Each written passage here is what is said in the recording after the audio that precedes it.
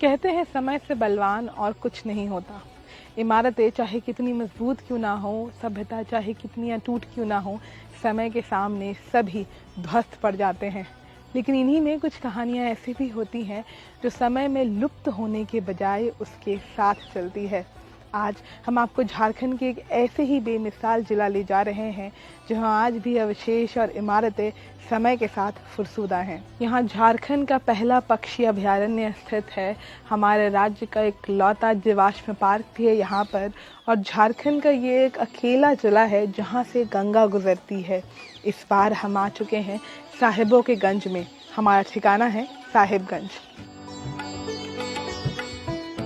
पूज्य गंगा के तट पर स्थित साहिबगंज वह कालजयी भूमि है जहां इतिहास की ध्वनि युगों युगों से गूंजती चली आ रही है। यह शहर मेगास्थनीज की प्रलेखित टिप्पणियों से लेकर शेरशाह और हुमायूं के बीच निर्णायक संघर्ष तक अनेकों ऐतिहासिक घटनाओं का जीवंत साक्षी है। साहिबगंज समय के उतार चढ़ाव का गवाह रहा है। साहिबगंज ने सन 1855 के संथाल विद्रोह से लेकर भारत की आजादी में अहम भूमिका निभाई है। धन संपदा से भरपूर यहाँ के प्राचीन शाही महल अपने अंदर कई कहानियों को सहेज रखे हैं, जबकि जुड़वा झीलें, पक्षी अभयारण्य और मोक्षदायिनी गंगा यहाँ के परिदृश्य को और भी मनोरम बनाते हैं। साहिबगंज में राजमहल पहाड़ियों के बीच स्थित मंडरो हिल भूवैज्ञानिक गाथा का एक असाधारण प्रमाण है, जहां आश्चर्यजनक रूप से 68 से 145 मिलियन वर्ष पुराने पौधों के जीवाश्म मौजूद हैं। यह जीवाश्म समृद्ध परिदृश्य ग्रह के प्राचीन इतिहास की एक मनोरम कथा को उजागर करता है, जिसे साहिबगंज में विशिष्ट रूप से संरक्षित किया गया है। मंडरो हिल में निर्मित फॉसिल यानी जीवाश्म पार्क अतीत का वह द्वार है जहां आगंतुकों को प्रागैतिहासिक काल के दौरान पनपी वनस्पतियों के अवशेषों को देखने की अनुमति मिलती है। फॉसिल पार्क मंडरो विश्व प्रसिद्ध भूवैज्ञानिक धरोहरों में से एक है। साहिबगंज शहर से लगभग 18 किलोमीटर की दूरी पर दामिनी कोह क्षेत्र में स्थित यह पार्क राजमहल पहाड़ियों का जंगली पहाड़ी क्षेत्र है।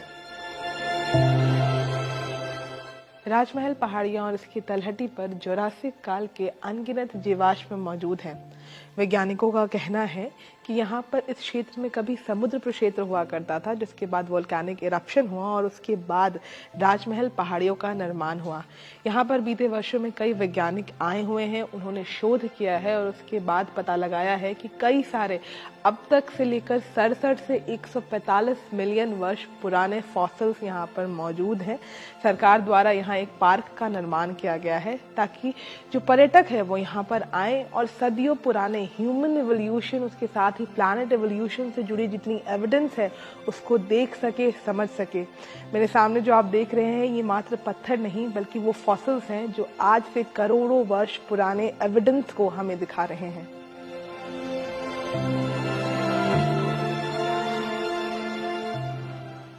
यह झारखंड के सबसे दुर्लभ खजाने में से एक है। झारखंड की राजमहल पहाड़ियों में बसा समृद्ध भूवैज्ञानिक इतिहास अब मंडरो जीवाश्म पार्क के माध्यम से अपनी कहानी बयां कर रहा है। इस कहानी की उत्पत्ति वर्ष 1946 में हुई, जब प्रोफेसर बीरबल साहनी ने पहली बार झारखंड राज्य में राजमहल पहाड़ियों के घने जंगली इलाके का दौरा किया था। इस क्षेत्र की समृद्ध और ऐतिहासिक रूप से जीवंत सेटिंग ने साहनी पर एक आकर्षण की तरह काम किया। समय के साथ उनके द्वारा यहाँ कई दुर्लभ जीवाश्म की खोज हुई। तब से इस क्षेत्र को प्रारंभिक क्रेटेशियस काल के पौधों के जीवाश्मों के लिए सोने की खान माना जाता है। वैज्ञानिकों एवं शोधकर्ताओं का मानना है कि राजमहल की पहाड़ियाँ प्रारंभिक एंजियोस्पर्म या फूल वाले पौधों का घर रहा होगा।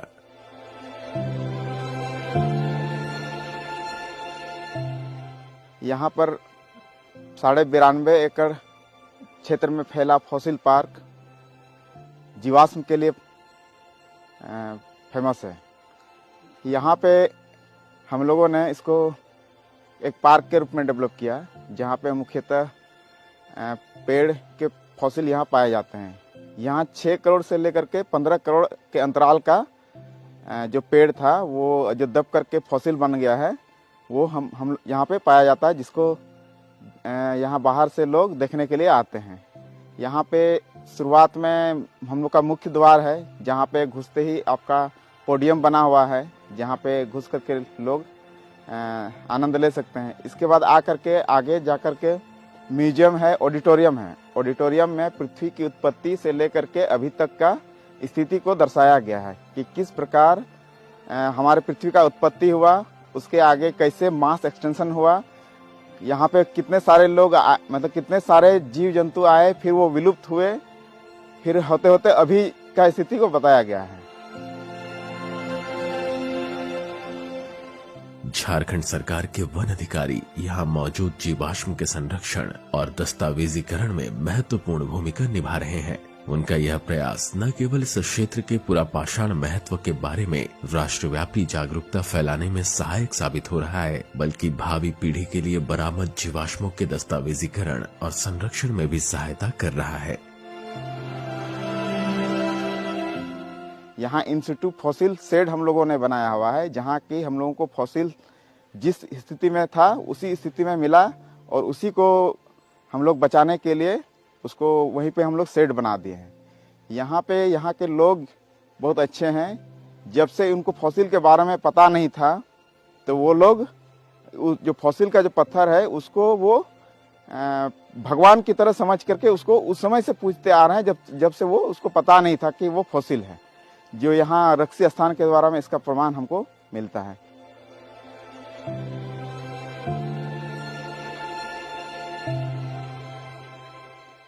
यहाँ जो ये रक्सी स्थान जो बना है, ये बहुत प्राचीन काल से यहाँ पूजा करते आ रहे हैं लोग। यहाँ जब पार्क नहीं बना था, उससे पहले से जो है यहाँ पे लोग आके अपने ग्राम रक्षा देवी के नाम से पूजा करते हैं।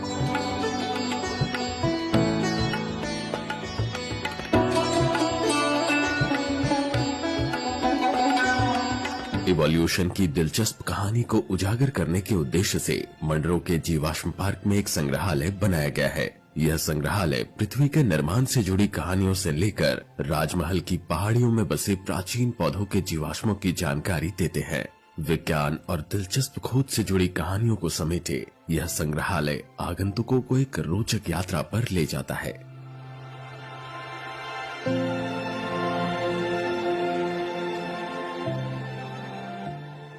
लोकलाइट भी हूँ यहाँ पे। मेरे साथ कुछ प्रोफेसर साइंटिस्ट आए थे अभी, तो उनको मैं घुमाने लाया हूँ यहाँ। और एक्चुअली मैं भी इस एरिया में इस बारे में नहीं जानता था ज़्यादा, तो when I came to know then it was really surprising for me. मैं विश्वास नहीं कर पा रहा था कि इतनी बड़ी चीज़, अच्छी चीज़ें और 15 करोड़ साल पुराना चीज़ हमारे एरिया में है, ये विश्वास के परे था। और मैं ज़्यादा टाइम बाहर रहा था, तो मुझे ज़्यादा मालूम नहीं था यहाँ का। जब मैं आया तो really it is really awesome and we can not compare with anything. हम लोगों ने जैसा कि यहाँ पे देखा कि बहुत एंशियंट टाइम का जो पहले जो घटना हुई थी, उस घटना को हम लोगों ने बाखूबी देखा कि किस तरह से जो है ना अपने प्रकृति में, अपने पृथ्वी में जो मूवमेंटिंग चेंजिंग हुआ है, उसके बारे में हम लोगों ने काफ़ी जानकारी मिली। और कैसे यहाँ पे एक लेयर बन के ये फॉसिल का निर्माण हुआ, उसके बारे में हम लोगों को काफ़ी अच्छा लगा। और हम लोगों को ये बहुत अच्छा लग रहा है कि हमारे एरिया में बहुत कुछ है।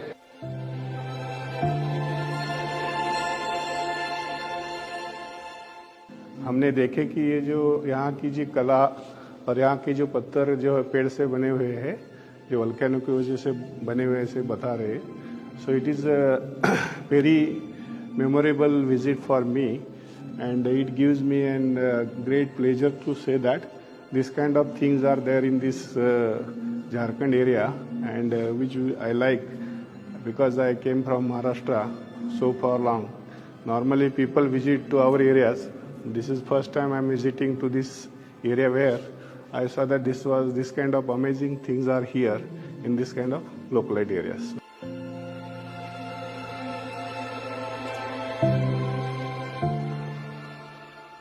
हमारे यहाँ पे एक जियोलॉजिकल हेरिटेज साइट है मंडरो में, जो फॉसिल पार्क के रूप में डेवलप किया गया है।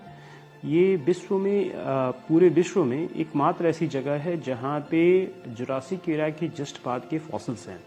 अगर मैं कुछ पास्ट में जाऊं तो अराउंड 8 करोड़ से 15 करोड़ ईयर्स के बीच में यहाँ पे 17 टाइम्स लावा इरप्शन हुआ एंड उस लावा इरप्शन के दरमियान में बहुत सारे जो पेड़ थे वो गिर गए और वो ट्रैप हो गए 2 लावा के बीच में और फॉसिल्स में कन्वर्ट हो गए।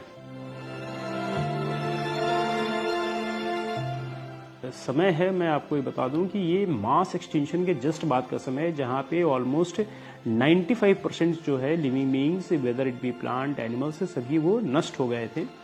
तो उस समय का है और उस समय के अगर किसी को रिसर्च करने हैं तो they will have to come to this place only. उस समय के 8 से 15 करोड़ साल के जो दरमियान के जो समय है, उस समय के फॉसिल्स और विश्व में कहीं नहीं मिलेंगे। चट्टानों में जड़े प्राचीन पौधों के अवशेष पृथ्वी की अपनी डायरी के पन्नों की तरह हैं, जो विकास और परिवर्तन के युगों को उजागर करते हैं। मंडरो फॉसिल पार्क अतीत और वर्तमान के बीच एक पुल के रूप में खड़ा है, जो यहाँ आने वाले सभी लोगों को इन प्राचीन पहाड़ियों की परतों में उकेरे गए पृथ्वी के इतिहास के रहस्यों को जानने के लिए आमंत्रित करता है। राजमहल की पहाड़ियों में मौजूद प्लांट फॉसिल्स के संरक्षण के लिए, इसके प्रमोशन और साथ ही यहाँ पर जियो टूरिज्म को बढ़ावा देने के लिए GSI द्वारा इसे national geographical monument of India declare किया गया है। यहाँ मौजूद जीवाश्म को दुनिया के सामने लाया जा सके, इसमें प्रोफेसर बीरबल साहनी और उसके साथ ही ओटोकर फिस्टमैन, जो कि एक जियोलॉजिस्ट थे और एक पैलेंटोलॉजिस्ट थे, उनका बहुत बड़ा योगदान रहा है।